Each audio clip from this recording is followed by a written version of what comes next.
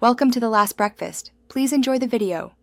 You're already in the document. Start by selecting the text you want changed. Click and drag or double-click a word and hold Shift for ranges. Once done, look to the toolbar's font menu at the top left. That menu controls typeface for the selection. You can also position the cursor with no selection to change default for new typing. Make sure you have editing access.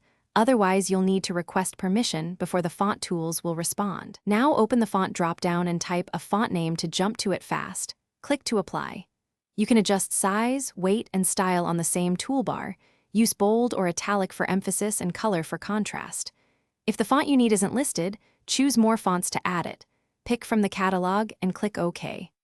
Once added, make sure to reselect text if needed and confirm the new font appears correctly in the document before moving on. Finish by setting the font as the document default if you want consistency. Format, paragraph styles, options save as my default.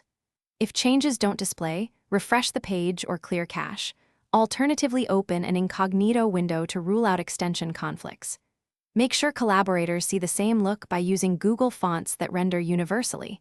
If someone's local font overrides appear, ask them to disable local font settings. If problems persist, copy content into a new doc to isolate corruption.